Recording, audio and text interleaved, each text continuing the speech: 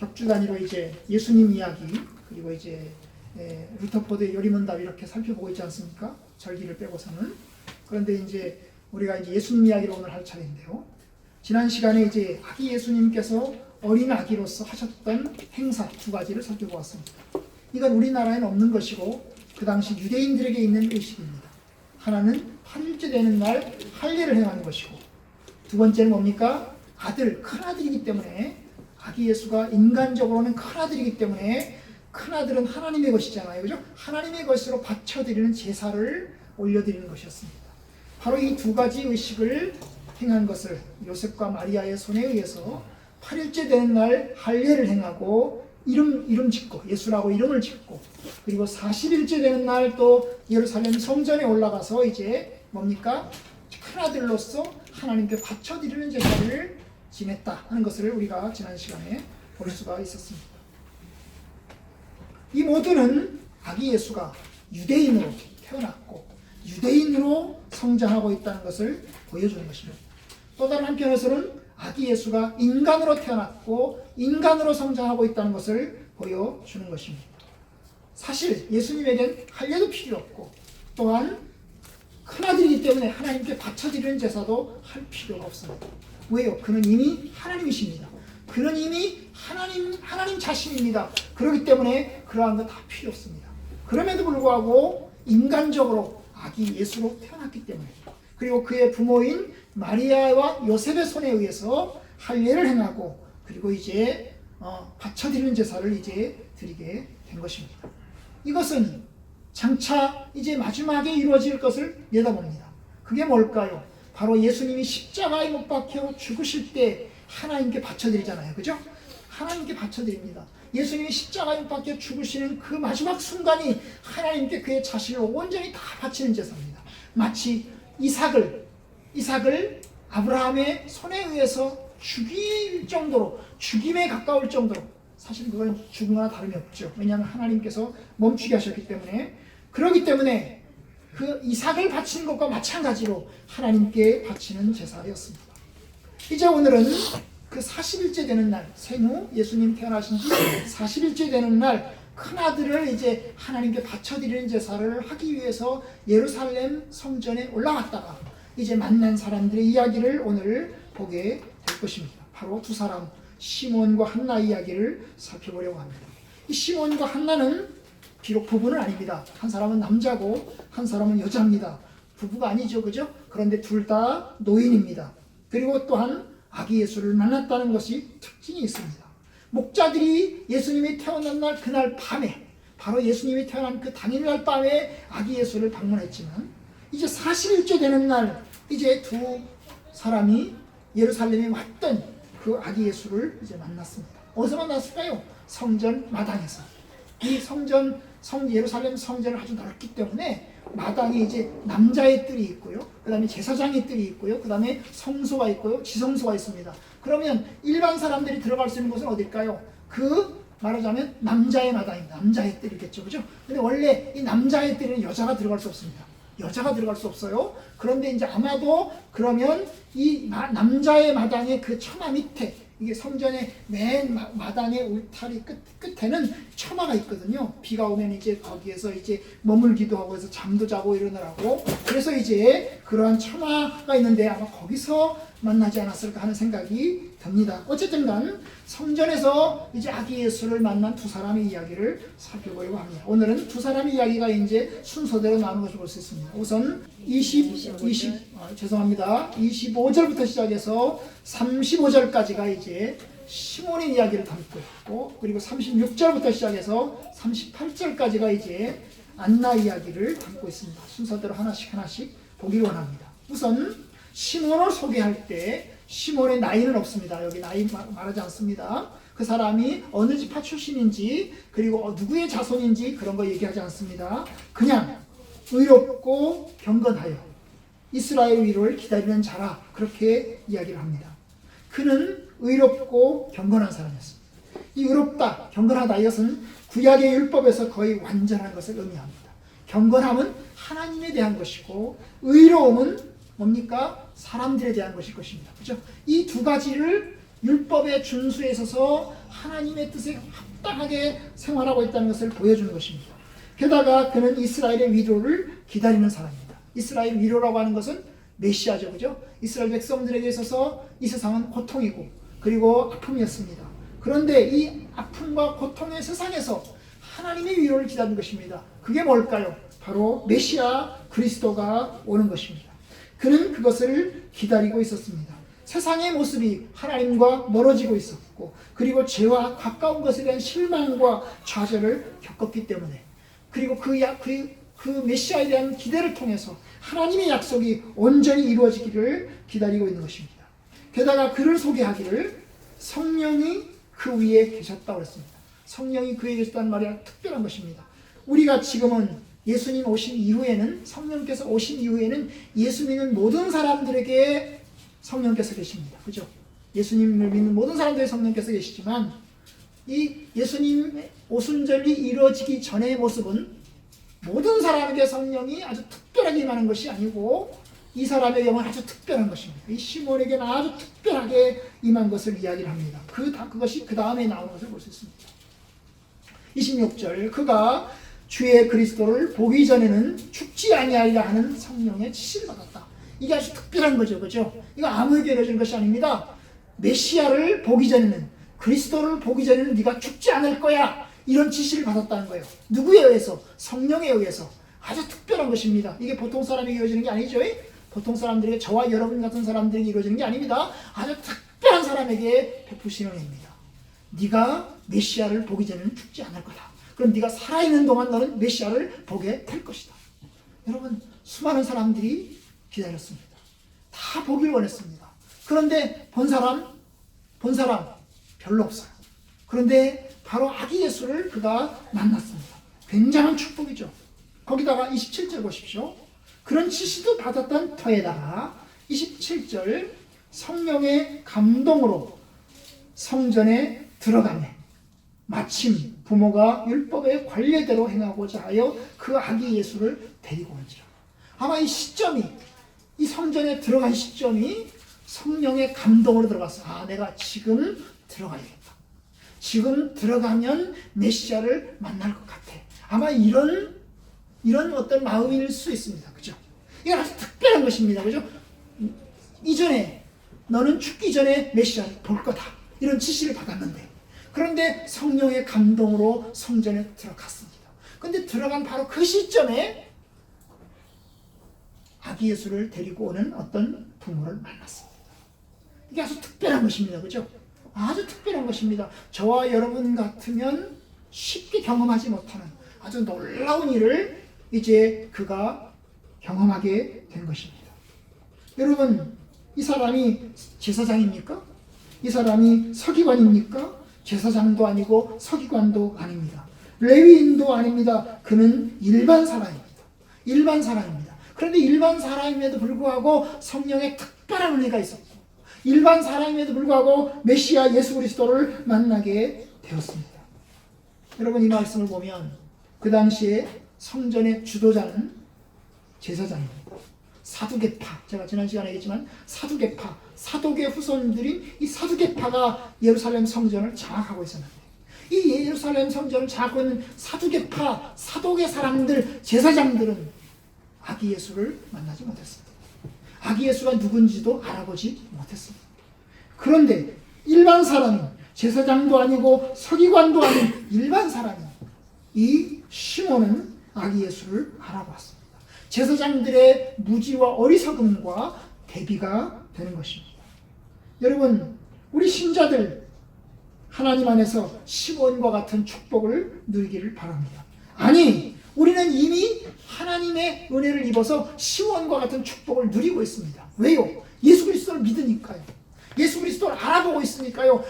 예수님이 우리의 왕이시다. 예수님이 우리의 메시아이시다. 우리의 구원자이시다. 그걸 알아보고 우리가 그걸 믿고 있잖아요. 그러니까 우리는 이미 시몬과 같은 축복을 누리고 있습니다. 어쨌든 시몬은 40일 된 아기 예수를 이제 알아보았습니다. 그리고 이제 그 아기를 직접 이제 자기는 한번 안아보고 싶다 했겠죠, 그죠? 내가 안아보고 싶다. 아기를 내가 안아보고 싶다. 그래서 시몬이 아기를 안고 그리고 이제 하나님을 찬송합니다. 28절부터 시작해서 32절까지 다 같이 읽읍시다. 자, 28절부터 다 같이 시작. 시몬이 아기를 안고 하나님을 찬송하여 이르되 주제여 이제는 말씀하신 대로 종을 평안히 놓아주시는도다. 내 눈이 주의 구원을 보았사오니 이는 만민 앞에 예비하신 것이요 이방을 비추는 빛이요 주의 백성 이스라엘의 영광이다 하니. 이제 아기를 빌려달라고, 내가 좀 안고 싶다. 그래서 아기를 안고, 그리고 이제 그 아기를 안고 하나님을 찬송하는 그 기도를 한 것입니다. 그 찬송의 기도가 놀랍습니다. 내가 이제 죽어도 여한이 없습니다. 그 말이죠, 그죠? 내가 죽어도 여한이 없습니다. 29절. 주제여 이제는 말씀하신 대로 종을 평안히 놓아주시는도다. 이제는 내가 죽어도 한이 없습니다. 이제 다 내가 보고 싶은 소망, 내가 다 이뤘습니다. 주여 감사를 드립니다. 그 말입니다. 그죠? 그러면서 이제 그 아기에 대한 이야기를 합니다. 이는 내 눈이 주의 구원을 보았습니다. 이 주의 구원은 아기 예수를 지칭하는 용어죠, 그죠? 내가 주님의 구원자이신 그 메시아를 내가 보았습니다. 주님의 구원이 이제 시작되었습니다. 이는 만민 앞에 예비하신 것이요 이방을 비추는 빛이요 주의 백성 이스라엘의 영광입니다. 여기서 아주 특징적인 것이 있습니다. 그게 뭘까요? 바로 만민이라는 것과 이방이라고 하는 것입니다.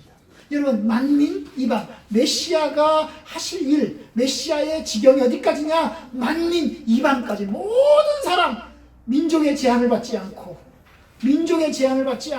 모든 사람들에게 이루시는 하나님의 구원. 이방 사람들, 그 당시 여러분 이방 사람들은 무시당했습니다. 개, 돼지 취급받았습니다. 사람 취급도 못 받았습니다. 이방인들과 유대인 같이 밥도 안 먹었습니다. 서로 이야기도 나누지 않았습니다. 저놈은 더러운 놈들이야. 저놈은 부정한 사람들이야. 우리는 저 사람들과 같이 지내면 안 돼. 이렇게 차별했습니다.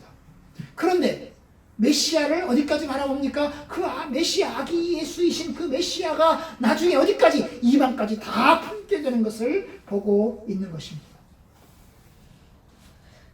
메시아 아기 예수는 이스라엘 백성들에게는 이스라엘의 영광이지만 이방인에게 빛이요 만민 앞에는 예비된 것입니다. 이게 놀라운 것입니다. 여러분, 이스라엘 백성들은 하나님의 선택받은 사람들이었습니다. 아브라함 때부터 선택받았죠, 그렇죠? 그런데 아브라함 때 선택을 받을 때 하나님의 뜻은 아브라함을 통해서, 아브라함의 후손을 통해서 모든 민족에게 복을 내리는 것입니다. 너를 축복하는 자에는 내가 복을 내리고 너를 저주하는 자에는 내가 저주하겠다. 이거죠. 너는 복의 근원이 될 것이다. 이것입니다. 그래서 모든 사람들에게 하나님의 복이 임하기를 원했습니다. 그런데 여러분, 유대인들이 마음을 닫았습니다. 이방 유대인들은 하나님의 뜻을 이루기 위해 선택받았잖아요. 여러분, 하나님이 유대인을 선택할 때, 야, 내가 너만 구원할게, 너만 예수 믿고, 너만 하나님 믿고, 너만 율법 지켜서, 너만 하나님 안에서 행복하고 멋있게 아름답게 잘 살아? 이러나요? 아닙니다. 여러분, 하나님께서 모든 사람을 구원하려고 하는데 유대인만 선택해놓고 너만 구원받아, 너만 예수 믿어, 너만 하나님 뜻대로 살아, 이걸 원하시는 게 아닙니다. 하나님의 뜻은 모든 사람들이 구원함을 얻는 것입니다. 모든 민족이 구원함을 얻는 것입니다. 그걸 위해서 씨앗으로서 유대인을 선택하셨어요. 그럼 유대인이 해야 할 게 뭐예요? 유대인이 할 게 뭡니까? 유대인이 하나님의 말씀을 사람들에게 퍼뜨려서, 사람들에게 전해서, 하나님의 뜻은 여러분들도 주님께로 돌아오는 것입니다. 여러분들도 하나님께 돌아오는 것입니다. 함께 하나님 믿고 함께 주의 말씀대로 삽시다. 이렇게 권고해야 되잖아요. 그런데 유대인들이 어떻게 했습니까? 시간이 흘러가는 동안에 유대인들은 민족주의에 갇혔습니다. 시간이 흘러가는 동안에 유대인들은 자기 민족에게만 딱 갇혔습니다. 그리고 뭐예요? 울타리를 탁 쳤습니다. 울타리를 착 쳤어요. 그리고 외부 사람들이 들어오는 걸 딱 막아버리는 거예요. 딱 막아버려요. 여러분, 이건 하나님의 뜻과 위배된 것입니다. 교회도 마찬가지입니다. 여러분, 교회도 마찬가지예요. 교회도 사실 교회는 보편적 교회입니다. 모든 사람들이 교회로 들어와야 됩니다. 예수 믿고자 하는 사람은 어떤 사람이든지 주님의 교회로 들어와야 됩니다. 그런데 교회로 들어왔는데 성도들끼리 울타리를 탁 쳤습니다. 탁 쳐가지고 외부 사람들이 들어오면 딱 막아요. 딱 막아요. 여러분, 이러면 다른 사람들이 들어왔다가 견디질 못합니다. 견디질 못해요. 그런 교회가 많습니다. 그런 교회가 많이 앉았어요. 여러분, 하나님 뜻이 아닙니다. 하나님 뜻이 아닙니다. 유대인들이 그랬습니다. 유대인들이 울타리를 쳤어요. 울타리를 쳤습니다. 그리고 외부 사람들이 들어오는 걸 막았습니다. 오면 마음의 벽이 딱 있는 겁니다. 얘기도 안 합니다. 자기들끼리만 얘기합니다. 자기들끼리만 막 얘기하고. 이 사람들에 대해서는 너무 싫어요. 유대인들의 모습이 그러했어요. 그런데 결국 그러자 주께서 안 되겠다. 내가 유대인 갖고 안 되겠다. 내가 유대인 갖고 안 되겠다. 그러면서 이제 새롭게 만들어놓은 것이 뭡니까? 교회라는 것입니다. 교회입니다. 예수 그리스도께서 오셔서 하신 일은 뭡니까? 모든 만민을, 모든 사람들을 주님께로 내가 인도해야 되겠다. 인도해야 되겠다. 이게 하나님의 뜻입니다. 하나님의 뜻입니다. 언약 관계가 없는 이방 사람들. 사실 언약 관계는 하나님과 이스라엘 백성들끼리 있잖아요. 신의 산에서 십계명을 주시면서 언약을 맺은 건 이스라엘 백성들이잖아요. 성전을 주신 것도 이스라엘이고, 그죠? 제사장을 주신 것도 이스라엘이고. 그런데 유대인들 외에 이방 사람들은 언약 관계에서 제외가 되잖아요.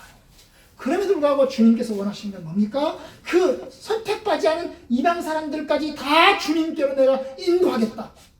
이게 메시아이신 예수 그리스도가 하신 일입니다. 이게 놀라운 일입니다. 아주 놀라운 일입니다. 아주 놀라운 것입니다. 이는 만민 앞에 예비하신 것이요 이방을 비추는 빛이요. 아주 유명한 것입니다. 여러분 우리나라 생각해 보십시오. 우리나라는 지금부터 100년 전만 하더라도 어둠 속에 있었어요. 어둠 속에 있었어요. 암흑 속에 있었습니다. 정치, 경제, 사회는 물론하고 엄청나게 어둠 속에 있었어요. 빛을 알았습니까? 진리를 알았습니까? 온갖 죄들이 많았습니다. 여러분 우리나라는 지금은 일부 1차 국가죠. 그죠? 그런데 일부 1차 국가인데 얼마 전까지만 우리나라는 일부 다처였습니다. 그죠? 최근에 와서 또 다시 일부 다처 비슷하게 가려고 하는 것들이 또 나타나고 있습니다. 여러분 하나님의 뜻이 그래도 많이 이루어졌습니다. 우리나라가 좀 더 기독교적인 문화가 펼쳐지는 나라가 될 수 있었으면 좋겠습니다. 아울러서 이제 시몬이 또 예언을 합니다. 34절 시몬이 그들에게 축복하고 그의 어머니 마리아에게 말하여 이르되 보라 이는 이스라엘 중 많은 사람을 패하거나 흥하게 하며 비방을 받는 표적이 되게 하기 위하여 생을 받았고 또 칼이 내 마음을 찌르듯 하리니 이는 여러 사람의 마음의 생각을 드러내려 함이라. 앞에 예언은 앞에 것은 기도였고 이제 뒤에 것은 뭡니까? 마리아에게 하는 말입니다. 그죠? 마리아에게 모친 마리아에게 하는 말입니다. 여러분 이 모친 마리아에게 하는 말은 좋은 말이 아닙니다. 이게 읽어보십시오. 뉘앙스가 좋은 말입니까? 좋은 말이 아닙니다. 아주 고통스럽고 아주 힘들게 하는 말입니다. 앞에 예언을 들으면 이방인을 위한 구원자로서 이스라엘의 영광으로서 메시아가 오신 것을 이야기하는 것이라면 이 뒤에 것은 마리아에게 굉장히 고통스럽게 마리아를 고통스럽게 하는 것입니다. 이는 이스라엘 중에 많은 사람을 패하거나 흥하게 하기 위하여 흥하게 하며 흥하거나 패하거나 여러분 예수 믿는 사람에게는 흥하게 할 것이고 믿지 않는 사람에게는 패하게 할 것입니다. 그죠? 그죠? 그러면 그 믿음의 잣대 위에서 믿음이라고 하는 자 위에서 한쪽은 흥하고 한쪽은 패하는 것입니다. 패하는 것이고 그뿐만 아닙니다. 비방을 받는 표적이 되게 하기 위하여 생을 받았고 비방을 받는 표적이에요. 비방을 받는 예수 그리스도가 유대인들에 의해서 무시당하고 모욕당하고 그리고 비난당하고 배척당하는 것입니다. 결국 십자가에 못 박혀 죽임당하지 않았습니까? 그죠? 비방을 받는 표적이 되게 하기 위하여 세움받았고 축복을 받는 표적이 되게 하기 위해서 세움받았고 이게 아니고 존경을 받는 표적이 되게 하기 위해서 세움받았고 이게 아니고 비난을 배척을 받기 위한 표적이 되기 위해서 세움받았다. 게다가 칼이 네 마음을 찌르듯 할 것이다. 칼이 네 마음을 찌르듯 할 것이다. 얼마나 마리아에게는 고통이겠습니까? 여러분 아닌 게 아니라 예수님이 십자가에 못 박혀 죽으실 때 그의 모친 마리아가 십자가 밑에 있었습니다. 생각해 보십시오. 아들이 죽는데 원래는 순서는 뭡니까? 부모가 먼저 죽고 그리고 자녀가 나중에 죽어야 되잖아요. 그렇죠? 그러면 여러분 부모가 죽으면 자녀는 그렇게 슬프지 않습니다. 뭐 슬프긴 슬프죠. 슬프긴 슬퍼요. 부모가 돌아가시면 자녀는 슬프긴 슬프죠. 그러나 그렇게 슬프지 않습니다. 평생의 한이 됩니까? 부모가 죽었는데 그 부모의 죽음을 평생의 한으로 가진 사람 별로 못 봤습니다. 별로 못 봤습니다. 몇몇 사람들이 있습니다. 그죠? 몇몇 사람들이 있어요. 내가 부모님에게 속썩했다. 그래서 내가 부모님의 속을 썩였기 때문에 내가 참 마음속에 부모님에 대한 한을 가지고 아침 저녁으로 부모님 묘소를 찾는 사람 있습니다. 텔레비전에 보면 있어요. 그죠? 있어요. 그런데 그런 사람 많지 않아요. 대부분 어떻게 합니까? 슬프긴 슬프지만 시간이 가면 다 잊어버립니다. 그런데 반대로 부모가 자녀가 먼저 죽었다고 생각해요. 그 자녀가 먼저 죽었을 때는 부모에게는 엄청나게 고통이 됩니다. 평생을 갑니다. 평생을 가요. 뭐 시간이 지나면 잊어버리지도 못합니다. 그러잖아요. 그런데 여러분 원래는 마리아가 먼저 죽고 예수님이 나중에 죽어야 좋을 텐데 예수님이 젊은 나이에 33살의 나이에 장가도 안 가고 죽었지 않습니까? 그리고 그 모습을 마리아는 지켜보고 있지 않습니까? 죽는 장면을 십자가 밑에서 죽는 장면을 지켜보고 있지 않습니까? 여러분 그 고통이 얼마나 크겠습니까? 사람들에서 배척당하고 침뱉음당하고 무시당하고 십자가를 지고 가는 장면을 다 봤습니다. 얼마나 고통이겠습니까? 결국 예언이죠. 예언. 시몬의 예언입니다. 성령의 지시에 따라서 성령의 감동에 따라서 한 예언입니다. 그리고 그것이 다 이루어집니다. 시몬의 예언 속에는 은혜와 축복, 괴로움과 고통이 모두 들어있습니다. 예수님의 갈 길이 그러합니다. 예수님이 가는 길이 예수님의 길을 통해서 많은 사람들에게 구원의 길을 인도하고 주님께로 돌아오는 길도 만들어내시지만 또한 예수님 자신에게는 주님 자신에게는 가깝게는 그의 가족에게는 고통과 아픔의 길이었습니다. 누가 그걸 선택하겠습니까? 누가 그걸 선택하겠습니까? 그런데 그 길이 예수님에게 예정되어 운명처럼 예정되어 있었습니다. 그 길로만 가야 합니다. 예수님의 길이 이 길입니다. 그것을 우리에게 미리 보여줍니다. 시몬이 그걸 미리 알고 있는 것입니다. 이제 두 번째 사람 봅시다. 안나를 보십시오. 36절 또 다 같이 읽어봅시다. 36절, 37절, 36절, 37절 다 같이 읽어봅시다. 시작. 또 아셀 지파 바누엘의 딸 안나라 하는 선지자가 있어 나이가 매우 많았더라. 그가 결혼한 후 7해 동안 남편과 함께 살다가 과부가 되고 84세가 되었더라. 이 사람이 성전을 떠나지 아니하고 주야로 금식하며 기도함으로 섬기더니. 이 시몬과 달리 안나는 아주 설명이 자세합니다. 안나에 대한 설명이 얼마나 자세한지 모릅니다. 그 사람이 아셀 지파 출신이라는 것, 그리고 그의 아버지가 바누엘이라는 것, 그리고 그가 결혼해서 얼마 되지 않아서 남편을 잃었다는 것, 그리고 84세라는 것, 현재 나이가 84세라는 것까지 아주 자세하게 설명을 합니다. 아니 시몬에 대해서는 그 사람의 나이도 그 사람의 출신지도 없는데 안나에 대해서는 자세합니다.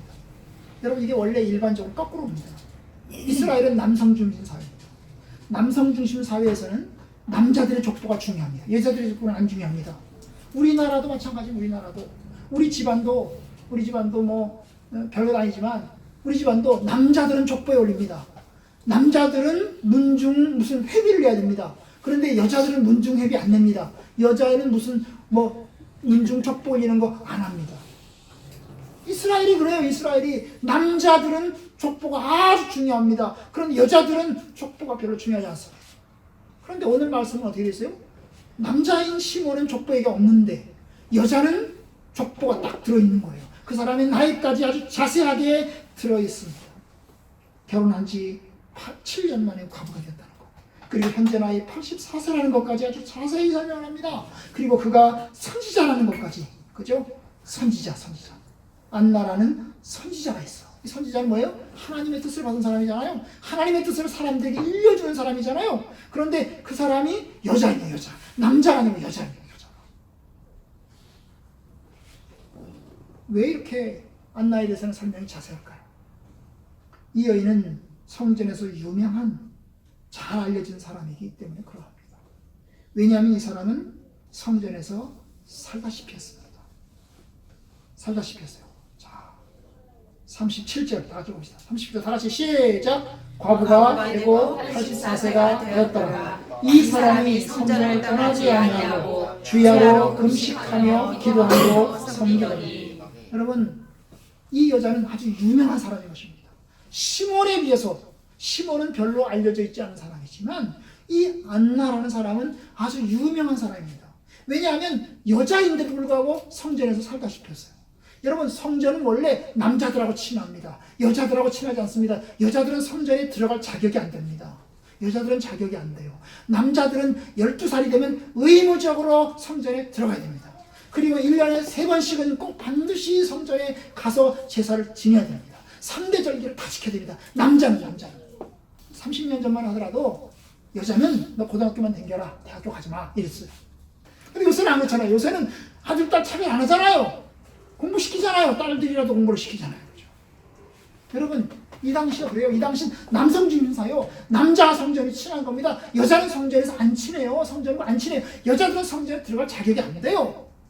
그런데 이 안나가 자원함으로, 의무적으로 아니라 자원함으로 네가 성전에 가라 이렇게 간 게 아니라 내가 자원함으로 성전에서 들어갔고 성전에서 살다시피 해서 성전을 떠나지 아니하고 실제로 떠나지 않았냐? 떠났을 겁니다. 왔다 갔다 했을 거예요. 집이랑, 그죠? 이 집이랑 왔다 갔다 했을 겁니다. 그러면 여기 떠나지 아니하고라는 말은 그만큼 성전에서 살다시피 밥 먹으면 성전에 가고 그 다음에 집에 가고 성전에 가고 집에 가고 이랬을 거란 말이에요. 여러분, 과부가 되고 난 다음에 이 사람이 자녀가 있었는지는 기록이 없어요. 그죠? 자녀가 있었는지 없었는지는 알 수 없지만 어쨌든 그의 소망이 성전에 늘 떠나지 않고 있었다. 게다가 금식을 했다. 그죠? 금식까지 했다. 기도도 하면서 금식까지 하면서 주님을 섬겼다. 아마 이 사람은 유명한 사람인 거예요. 예루살렘 성전에서는 지나가는 사람들이 다 한 번씩 보는 거예요. 작년에도 있었네? 재작년에도 있었는데 이 사람이 지금도 있네? 오늘도 여기 나와 있네? 이런 거예요. 그런 거잖아요. 늘 만나는 사람 있잖아요. 시장 가시면 늘 그 자리에 앉아있는 사람 있잖아요. 그죠? 그 자리에 앉아있는 사람 딱 만나면 오늘도 나와 있네? 그런데 여러분, 안 나오면 이상하다. 오늘 무슨 일이 있었나? 왜 안 나왔지? 이러잖아요. 그죠? 마찬가지인 거예요. 그 사람이 늘 성전에 나오는 사람이니까 사람들의 머릿속에 딱 남아있는 것입니다. 얘기했겠죠? 아니, 오늘도 나오셨네요. 평안하셨습니까? 올해 연세는 어떻게 되십니까? 성함은 어떻게 되십니까? 물어보지 않겠어요? 아니, 왜 여기 나와 계십니까? 그러면 자기 사연을 절절절 얘기할 거예요. 그죠? 자기 사연 절절절 얘기할 거예요. 내가 나이가 올해가 80세시고요. 그 다음에요, 제 남편이 죽어서 됐고요. 이랬을 거 아닙니까? 그죠?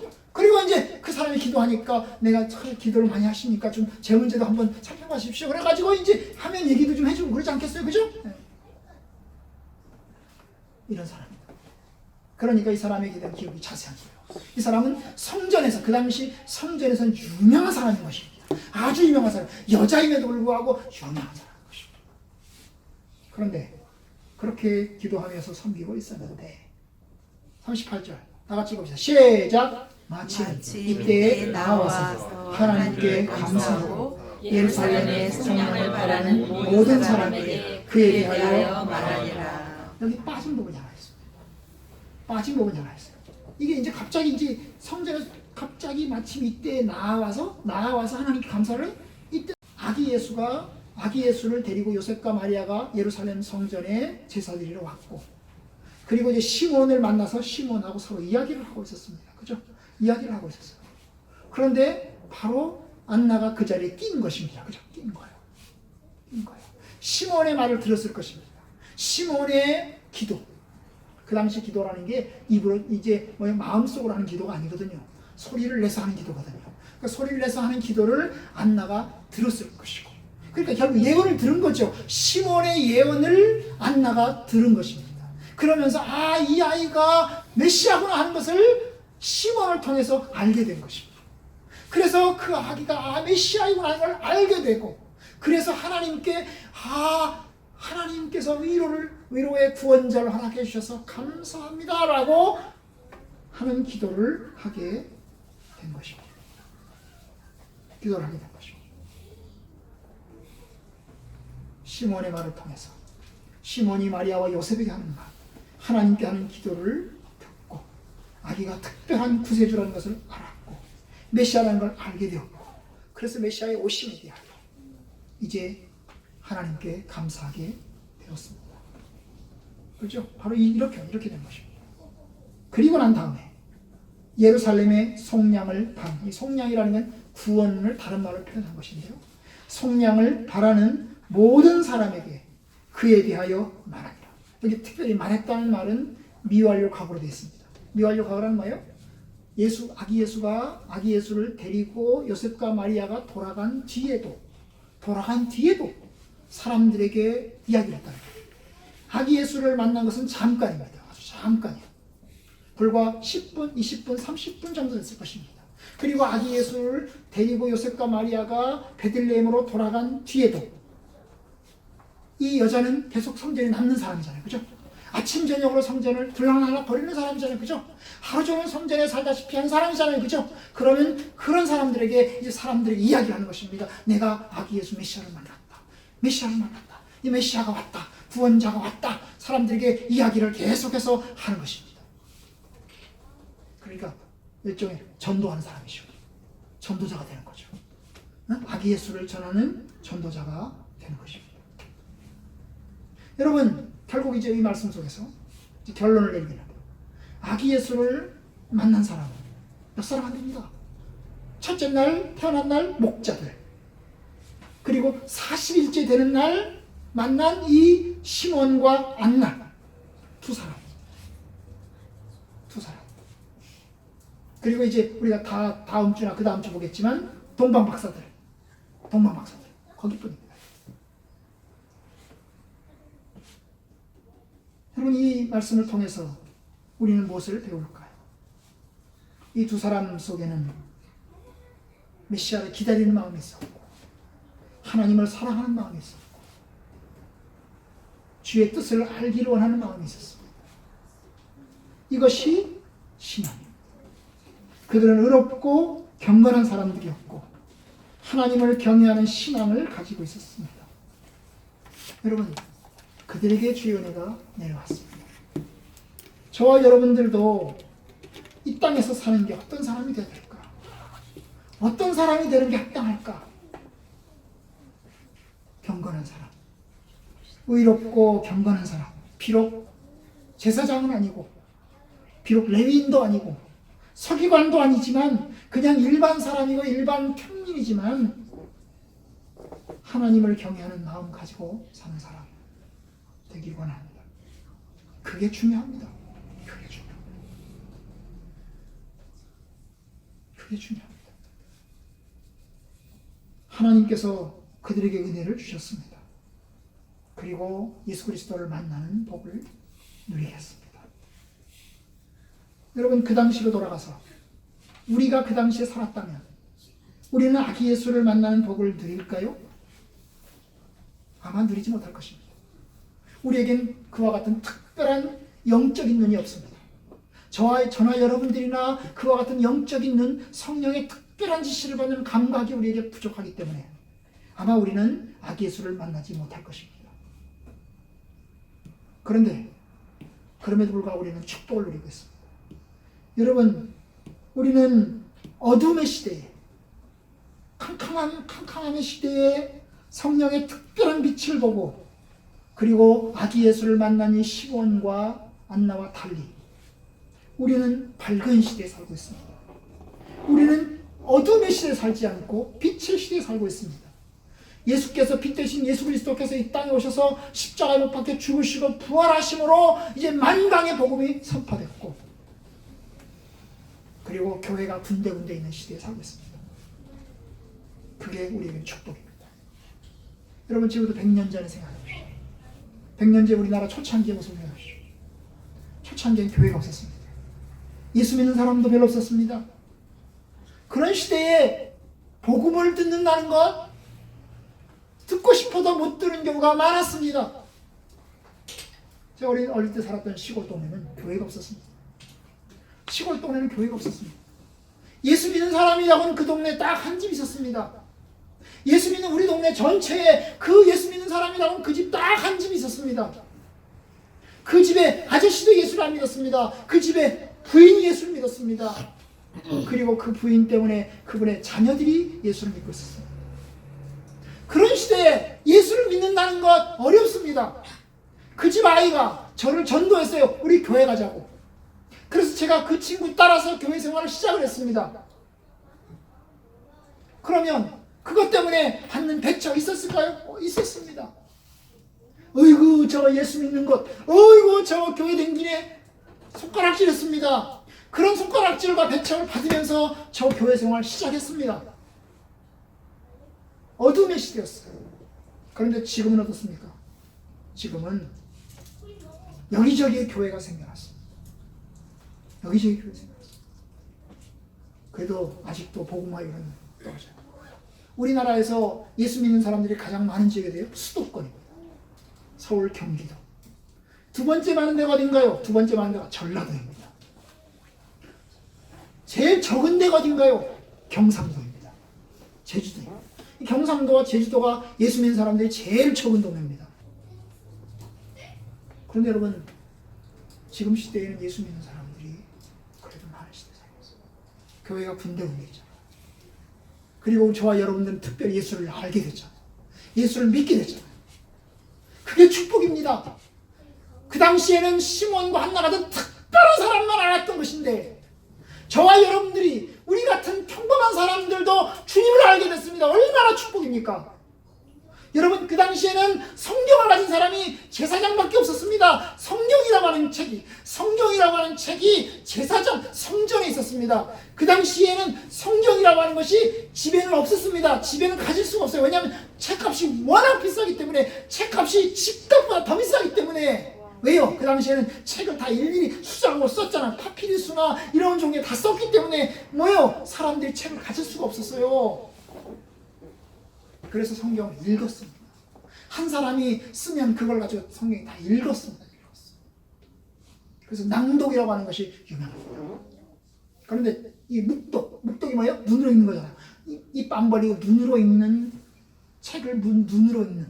여러분, 눈으로 읽는 것은 지금 읽는 것이 발달하기 시작한 것은 300년도 안 됩니다. 지금은 다 눈으로 읽잖아요. 눈으로.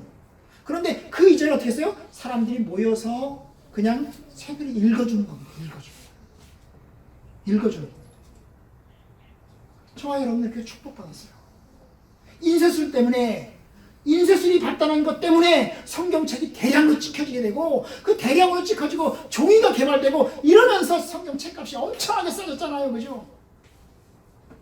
그 덕분에 저와 여러분들이 성경을 각각 다 가질 수 있고, 어떤 사람은 성경책을 한 집에 5권, 6권, 7권씩 가질 수 있잖아요. 그죠? 얼마나 축복입니까? 성경의 번역본도 우리가 개역 개정을 쓰고 있지만, 개역 개정에서 쉬운 성경도 있고, 쉬운 말 성경도 있고, 뭐 현대어 성경도 있고, 뭐 우리말 성경도 있고, 얼마나 번역이 종류가 많습니까?